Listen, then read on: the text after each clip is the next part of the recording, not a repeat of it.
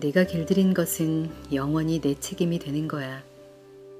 너는 너의 장미에 대해 책임이 있어. 내 비밀은 이런 거야. 오직 마음으로 보아야만 정확히 볼 수 있어.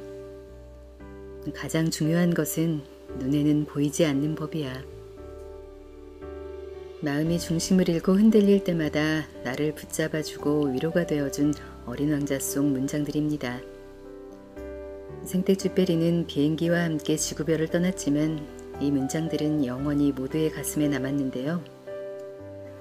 애나의 다락방 라디오 오늘 소개해드릴 책은 생텍쥐페리가 남긴 작품 속 명문장들을 통해 그의 숨결을 다시 되살려낸 정여울 작가의 마음의 눈에만 보이는 것들입니다. 다양한 감성 에세이로 독자들과 교감해온 정여울 작가는 생텍쥐페리의 보석 같은 문장들과 만나 대화를 나누는 듯한 구성으로 때로는 편지처럼 때로는 독백처럼 생텍쥐페리의 모든 것을 이 책에 담았습니다. 이 책에는 어린 왕자뿐 아니라 인간의 대지, 야간 비행, 남방우 편기, 성체 등 생텍쥐페리의 모든 작품들 속 명문장들이 실려 있는데요. 오늘은 그중 어린 왕자의 인상적인 장면과 문장들, 그리고 그에 덧붙인 정여울 작가님의 감상을 소개해드립니다. 어린 왕자가 우리에게 건넨 순수함이라는 소중한 선물을 다시 꺼내보는 시간이 되길 바라면서 오늘도 끝까지 편안하게 들어주세요.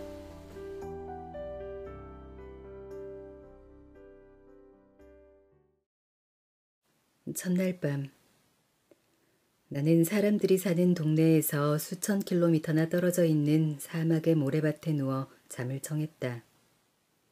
난파한 조각배에 몸을 맡긴 채 망망대해를 떠다니는 선원보다도 고립된 기분이었다.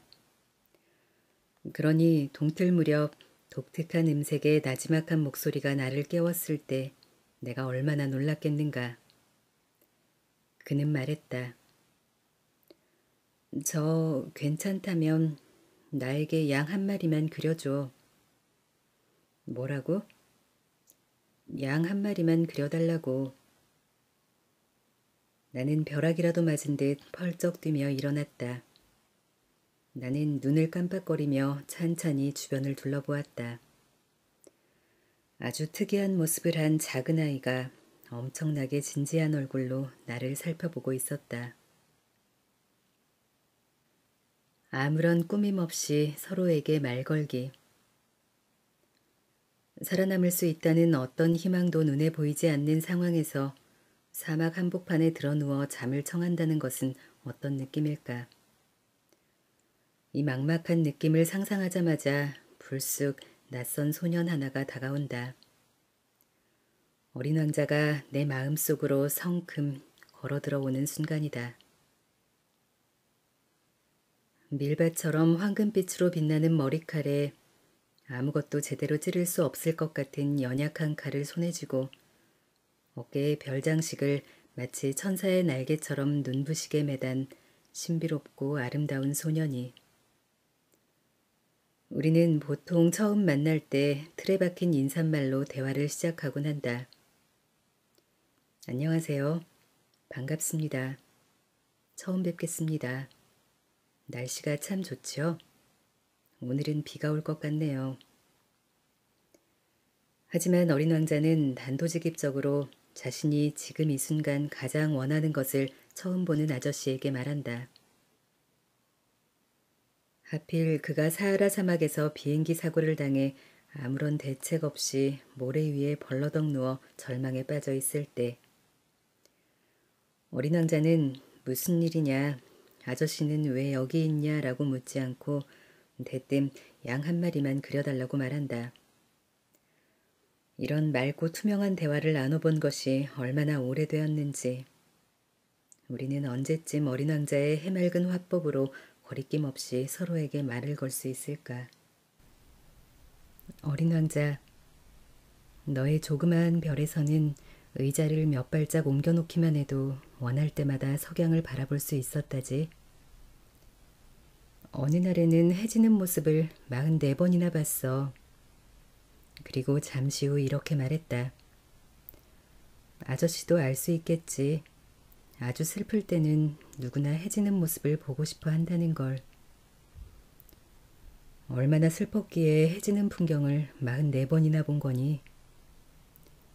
그러나 어린 왕자는 아무 말도 없었다. 자기를 닮은 슬픔. 슬픔은 참 이상하다. 슬플 때 기쁜 것을 보면 왠지 모를 이물감이 드는데 내가 슬플 때 나보다 더 슬픈 것을 보면 마치 구세주를 만난 듯 반갑고 애틋하다. 슬픔을 기쁨으로 덮기보다는 내 슬픔을 타인의 슬픔에 비추어 서로 다른 슬픔들이 지닌 뜻밖의 닮음을 깨닫는다. 그렇게 나와 닮은 슬픔, 나보다 더한 슬픔을 보는 것이 사탕발림식 위로보다 더 깊은 치유의 열쇠가 되어준다. 어린 왕자도 그러지 않았을까? 이 비좁은 별 안에서 그 어떤 희망도 발견할 수 없다는 절망에 빠져 있을 때 발갛게 얼굴을 물들이며 뉘엿뉘엿 저물어가는 태양을 바라보면서 자기를 닮은 슬픔을 발견하지 않았을까? 석양의 빛깔에는 우리도 모르는 치유와 성찰의 에너지가 들어있다. 매일 해지는 풍경을 10분만, 아니 5분만 홀로 바라볼 수 있는 마음의 여유를 가진다면 우리 삶은 분명 달라질 것이다. 더 다사롭게, 더 그윽하게 서로를 바라보는 마음의 눈이 떠질 것이다. 이 세상 어디에도 없고 오직 내 별에만 있는 단 하나뿐인 꽃을 어느 날 아침 작은 양이 무심코 먹어치울 수도 있는데 그게 중요한 일이 아니라고. 어린 왕자는 얼굴이 새빨갛게 달아올랐다. 만약 누군가가 수없이 많은 별들 속에 있는 단 한 송이의 꽃을 사랑한다면 그 사람은 그저 별을 바라보는 것만으로도 행복해질 수 있을 거야. 저 별 어딘가에 내 꽃이 있겠지 하면서 말이야. 그런데 양이 그 꽃을 먹어치운다면 그에게는 그 모든 별들이 한순간에 빛을 잃어버리는 거라고. 그런데도 그게 중요하지 않다는 거야. 어린 왕자는 더 이상 말을 잇지 못했다. 흐느낌이 차올라와 목이 맨 것이다. 밤이 왔다. 나는 연장들을 내팽개쳤다. 망치도 나사도 갈증도 죽음도 모두가 하찮아져 버렸다. 어떤 떠돌이 별 위에, 아니 내가 사는 별, 이 지구 위에 내가 달래주어야 할 어린 왕자가 있었던 것이다. 나는 어린 왕자를 두 팔로 껴안아 부드럽게 달래면서 말했다. 네가 사랑하는 꽃은 위험하지 않아. 네 양에게 씌울 부리망을 그려줄게. 꽃에는 울타리를 그려줄 거야. 그리고 하나뿐인 존재의 소중함. 저 별 어딘가에 내 꽃이 살아있다면 우리는 견뎌낼 수 있을 것이다. 이 삶을 온통 잿빛으로 물들이는 온갖 슬픔과 괴로움, 그리고 목마른 그리움까지도. 하지만 그 꽃을 양이 먹어버린다면 나를 지켜주던 그 하나뿐인 별마저도 빛을 잃어버릴 것이다. 어린 왕자는 그 하나뿐인 존재의 소중함을 아는 이였다. 그러니 이것이 중요하지 않다는 듯 열심히 비행기만 고치고 있는 아저씨가 얼마나 야속했을까. 어린 왕자의 목이 메어오고 마침내 참았던 눈물이 터져버리자 그제야 비행사는 연장을 내팽개치고 어린 왕자를 꼭 끌어안아준다. 지금 무엇이 이것보다 다급하겠는가. 내 앞에서 이토록 작고 여린 존재가 눈물을 철철 흘리며 세상에 하나뿐인 꽃 한 송이의 안부를 걱정하고 있는데 우리는 이렇게 자꾸 잊는다. 무엇이 가장 중요한지, 무엇이 나중으로 미뤄도 될 일인지, 외물에 현혹되어 마음의 고삐를 단단히 틀어주는 것을 자꾸만 잊는 것이다. 꽃의 말을 듣지 말아야 했는데 꽃이 하는 말은 그대로 믿어서는 안 돼. 그냥 바라보고 향기를 맡아주어야 해. 내 꽃도 내 별을 향기롭게 해주었는데 나는 그걸 즐기는 법을 몰랐어. 그 터무니없는 호랑이 발톱 이야기 때문에 속이 상하긴 했지만 나는 그 꽃을 가엾게 생각했어야 하는 건데. 어린 왕자는 계속 속내를 털어놓았다. 그때는 아무것도 몰랐어. 행동을 보고 판단해야지 말로 판단해서는 안 되는 거였는데. 그 꽃은 나에게 향기를 선물해주고 내 마음을 환하게 비춰주었어. 꽃을 두고 도망쳐서는 안 되었는데. 그 허영심 섞인 말 뒤에 사랑이 숨어있는 걸 눈치채야 했는데. 꽃들이란 모순 덩어리거든. 하지만 나는 너무 어려서 그 꽃을 사랑하는 법을 몰랐어. 우리는 오랜 시간이 지나서야 깨닫는다. 사랑하지만 도망치고 싶을 때가 있다. 그가 나에게 원하는 것을 나는 다 들어줄 수 없을 때, 나는 그럴 만한 힘이 없는 존재라는 것을 털어놓을 수가 없을 때, 사랑하지만 도망치고 싶다. 나는 당신이 원하는 그런 힘세고 대단하고 완벽한 존재가 아니라는 것을 인정할 수가 없다. 하지만 우리는 떠나고 나서야, 도망치고 나서야 깨닫는다. 상대방이 나에게 원하는 것은 대단한 모습도 완벽한 모습도 아니라는 것을. 한 번 더 그를 돌아봐주고 한 번 더 그의 안부를 물어주는 것이었음을. 한 번 더 그를 향해 미소 짓고 한 번 더 그를 꼭 안아주는 것이었음을. 그는 괜찮다고 했다. 내가 없어도 잘 견딜 수 있을 거라고 했다. 하지만 그의 말을 듣지 말았어야 했다. 우리는 오랜 시간이 지나서야 깨닫는다. 입으로는 괜찮다고 말하면서도 그의 눈망울이 울고 있었다는 것을. 일시적이라는 건 무슨 뜻이에요? 어린 왕자가 물었다. 불타는 화산이든 잠자는 화산이든 우리에겐 다 마찬가지야. 우리에게 중요한 것은 그게 산이라는 사실이지. 그건 변하지 않으니까. 지리학자가 말했다. 그런데 일시적이라는 게 무슨 뜻이냐고요. 한 번 질문하면 결코 포기하지 않는 어린 왕자가 다시 물었다. 곧 사라져버릴 위험이 있다는 뜻이란다. 그럼 제 꽃도 곧 사라져버릴 위험이 있는 건가요? 물론이지. 내 꽃이 일시적인 거라니.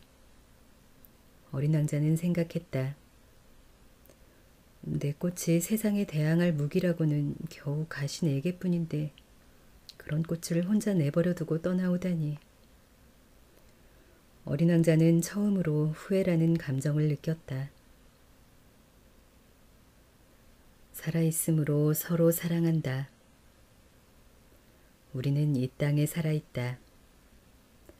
살아있는 모든 것은 언젠가는 사라지게 되어 있다. 그렇게 사라질 존재이기에 이 순간은 더욱 눈부시게 아름답다. 그렇게 언젠가는 이별할 존재들이기에 우리의 사랑은 더욱 절절하다. 사라지는 것, 일시적인 것, 언젠가 다시는 볼 수 없게 된다는 것. 그것이야말로 우리를 겸허하게 만들고 간절하게 만들고 더욱 목말라하며 사랑하게 만든다. 여우가 한숨을 내쉬고 다시 말문을 열었다. 내 생활은 정말 단순해. 난 닭을 쫓아다니고 사람들은 나를 쫓아다니지. 닭은 전부 비슷비슷하고 사람들도 전부 비슷비슷해. 그래서 난 좀 심심해. 하지만 네가 날 길들이면 내 삶은 환해질 거야. 여느 발걸음 소리와는 다르게 들릴 발걸음 소리를 알게 될 거야. 다른 발소리는 나를 땅속으로 숨게 하지만 너의 발소리는 음악소리처럼 나를 굴 밖으로 불러내겠지. 그리고 저걸 봐. 저기 밀밭이 보이지? 난 빵을 먹지 않아. 그러니 나에겐 밀이 아무런 쓸모가 없고 밀밭을 봐도 아무것도 떠오르지 않아. 그게 슬프단 말이야. 하지만 넌 금발이니까 네가 날 길들인다면 정말 멋질 거야. 밀밭도 금빛으로 빛나니까 밀밭을 보면 이제 네 생각이 날 거야. 그렇게 되면 밀밭을 지나는 바람소리마저 사랑하게 될 거야. 여우는 말을 마친 다음 오랫동안 어린 왕자를 물끄러미 바라보았다. 부디 날 길들여줘. 아픈 줄도 몰랐던 마음속 아픔. 이 대목을 읽을 때마다 마음속에 통점이 점점 늘어나는 것 같다. 전에는 아픈 줄도 몰랐던 마음속의 어딘가가 마치 처음인 듯 새로이 아파온다. 사전에서 통점이라는 단어를 다시 찾아보니 그 말뜻이 폐부를 찌른다. 통점은 아픔을 느끼는 감각점인데 피부 전면에 걸쳐 많이 분포하고 있으며 내장에도 있다고 한다. 정말 그렇다. 진정 깊은 아픔은 기어이 내장까지 찔러 내가 만질 수도 볼 수도 없는 내장에도 통점이 있다는 것을 일깨운다. 여우가 부디 날 길들여줘 라고 말할 때 나에게는 있는 줄도 몰랐던 마음속 어딘가에 알 수 없는 통점이 아려왔다. 여우는 어린 왕자에게 결국 길들 것이고 길들고 나면 눈물을 흘릴 일이 생길 것이다. 밀밭 따위에는 관심도 없던 여우가 언젠가는 밀밭에 떨어진 이상만 봐도 이건 어린 왕자의 머리카락 빛깔이네 하며 감탄하고 그리워하고 눈물을 흘릴 그날이 반드시 올 것이다. 너희들은 내 장미와 전혀 같지 않아. 너희들은 아직 아무것도 아니야. 어린 왕자가 꽃들에게 말했다. 아무도 너희를 길들이지 않았고 너희 역시 아무도 길들이지 않았어. 너희는 내가 길들이기 전에 여우와 같아. 그 여우는 다른 수많은 여우들과 똑같은 여우였지. 하지만 이제 내 친구가 되었으니까 세상에 오직 하나뿐인 여우가 된 거야. 너희들은 정말 아름다워. 하지만 텅 비어 있어. 너희들을 위해 죽을 사람은 하나도 없을 테지. 물론 지나가는 사람이 본다면 내 꽃이나 너희들이나 비슷하다고 생각할 거야. 하지만 그 꽃 한 송이가 나에게는 너희 모두를 합친 것보다 더 중요해.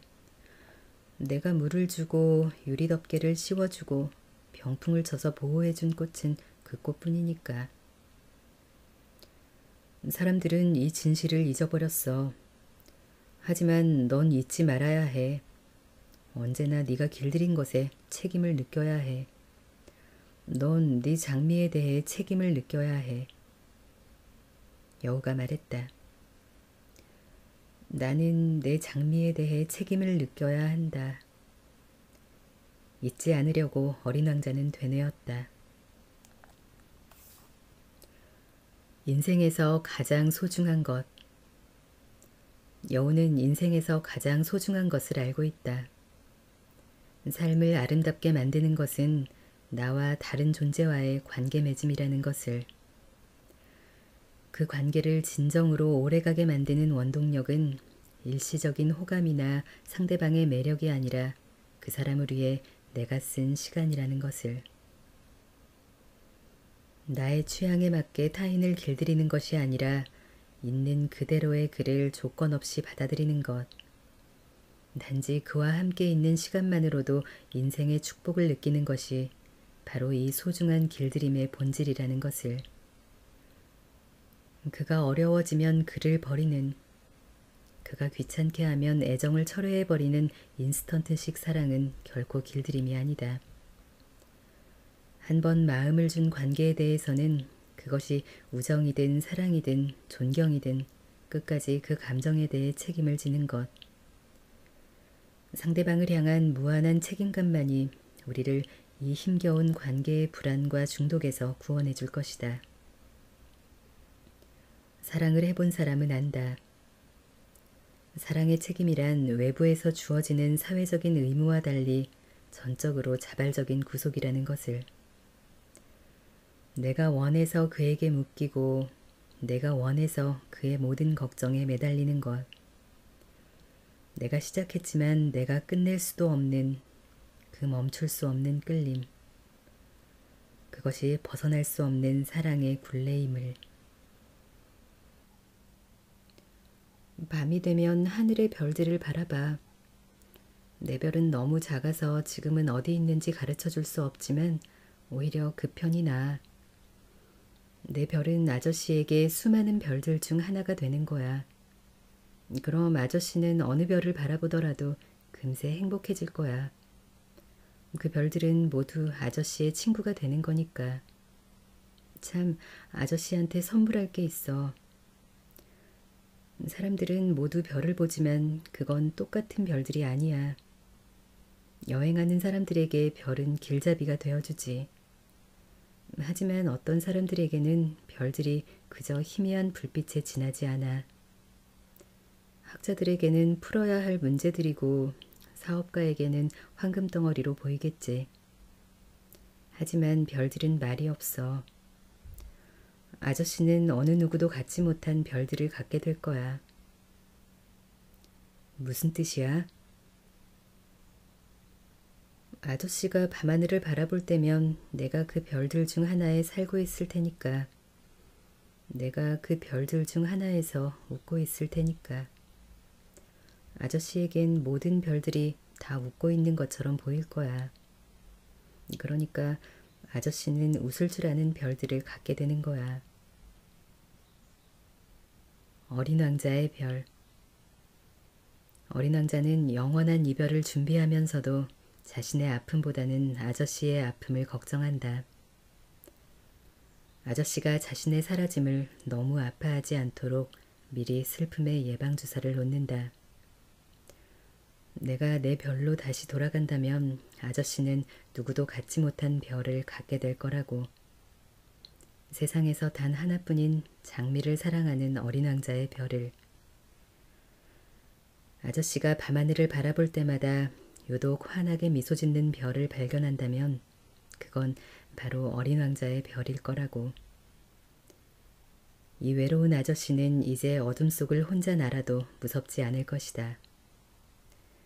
그를 바라보며 저 머나먼 소행성에서 매일 미소 짓고 있는 우리들의 어린 왕자가 그를 영원히 지켜줄 테니까. 나는 밤이면 하늘에 반짝이는 별들의 소리에 귀 기울이는 것을 좋아하게 되었다. 별들이 마치 5억 개나 되는 작은 방울들인 것만 같아서. 그런데 신경 쓰이는 일이 하나 있다. 어린 왕자에게 그려준 부리망을 다시 생각해보니 나는 그만 깜빡하고 부리망에 가죽끈을 달아주는 것을 잊어버린 것이다.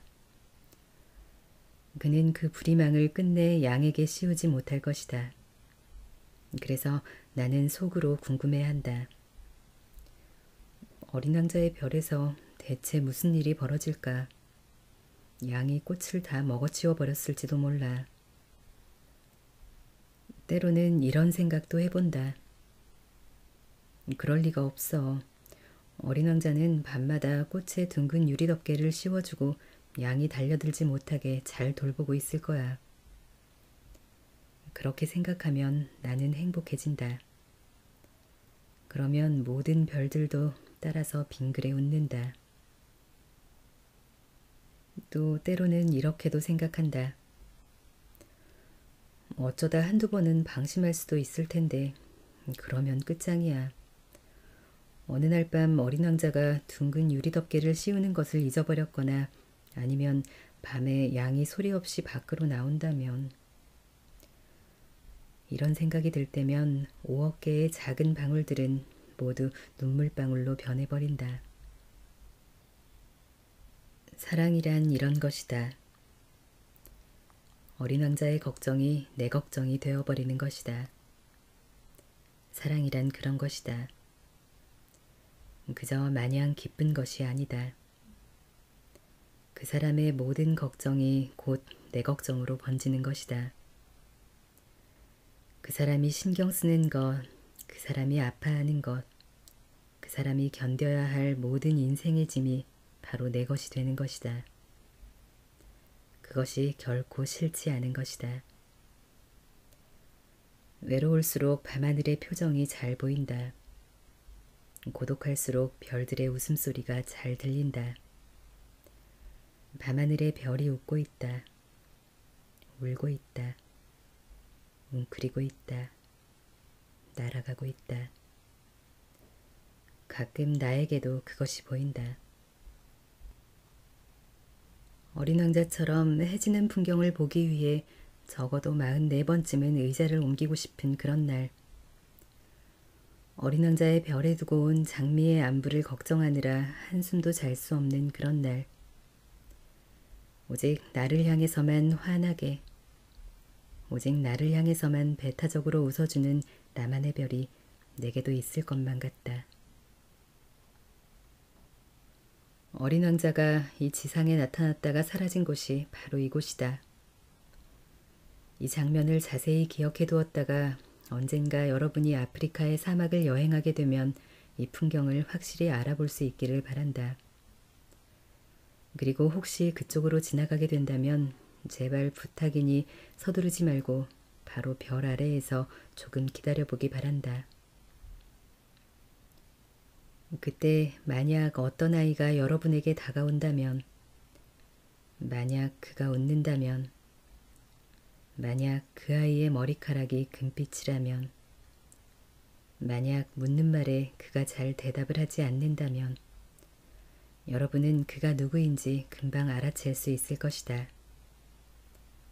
그때가 되면 꼭 내 부탁을 들어주길. 나를 이토록 슬퍼하게 내버려 두지 말고 꼭 편지해 주기를. 어린 왕자가 돌아왔다고.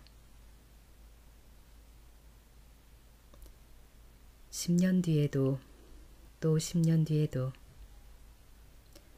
돌이켜보니 나는 10대 초반부터 거의 10년에 한 번씩 어린 왕자를 다시 읽곤 했다. 10년 뒤에도 또 10년 뒤에도 새로운 슬픔의 우물이 차올라 눈물을 흘리곤 한다. 지금은 그리운 것들, 잃어버린 것들, 다시는 되찾을 수 없는 것들이 예전보다 더 많아져 내 안에서 어린 왕자의 그림자가 더욱 짙어지고 길어졌다. 아마 10년 뒤에는 잃어버리고 그리워하고 되찾을 수 없는 것들이 더욱 많아져 이렇게 조용히 눈물을 흘리는 것을 넘어 대성통곡을 할지도 모르겠다. 하지만 별들을 바라보며 웃는 법을 잊지 않는다면 나에게도 기회가 오지 않을까. 별들이 하나하나 부르는 노랫소리의 화음을 이해할 수 있는 감성이 내게도 아직 남아있지 않을까. 저 하늘의 수많은 별들 중에서 오직 내 안의 어린 왕자, 내가 그토록 그리워하지만 닿을 수 없는 어떤 존재를 찾아낼 수 있는 영혼의 망원경이 내게 아직 남아있을 것만 같다.